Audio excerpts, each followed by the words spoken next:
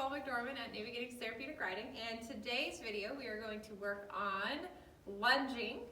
Lunging is something that we would do with horses before we got ready for a riding lesson, maybe to help get out some of those jitters that they might have if they're not warmed up yet. Also, it helps to show us if they are injured in some way. Maybe they're out in the field and they slipped on some mud, and so one of their feet hurt or one of their legs hurt, so we could lunge them before we started with class to see if they are hurt in any way. If they are, then we can switch horses out and get one that isn't injured.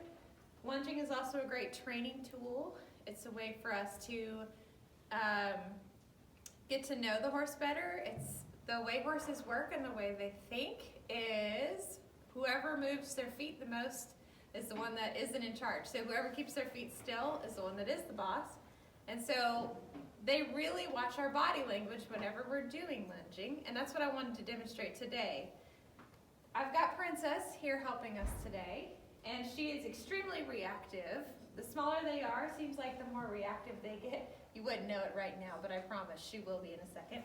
I have a tool here. I am not going to hit her with this at all. It's just an extension of my arm. I'll probably just have to wiggle it and she'll go flying here in a minute.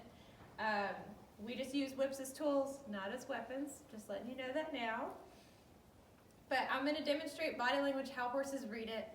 They're very good at reading body language, and some people say they're kind of a mirror to your soul, because however you feel coming in, however you're portraying your body and however you're standing, they're going to mirror that and do the same thing. That's kind of the herd mentality. They all act as a group all together. So whatever the boss is feeling, the rest of the herd is feeling it as well. If I come in and I'm really tense and I'm really tight, she's going to be really tense and really tight. If I come in and I'm really big and really aggressive, she's going to get aggressive or run away and react to that really fast.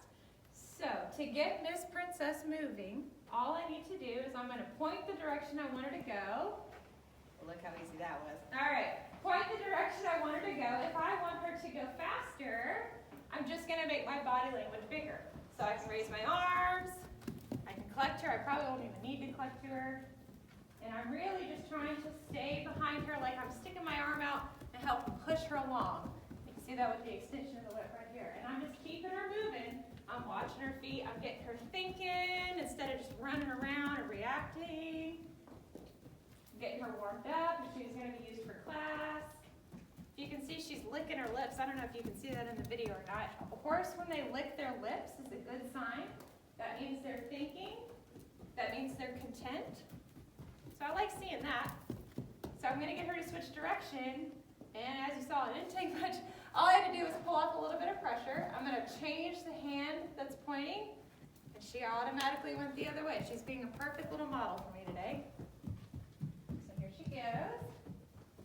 Going around again. I'm not having to do much pressure, and as you can see, I haven't had to use my tool or my whip. We call them helpers here at New Beginnings. I haven't had to use my helper at all, because she's just going right along. Woohoo! There she goes.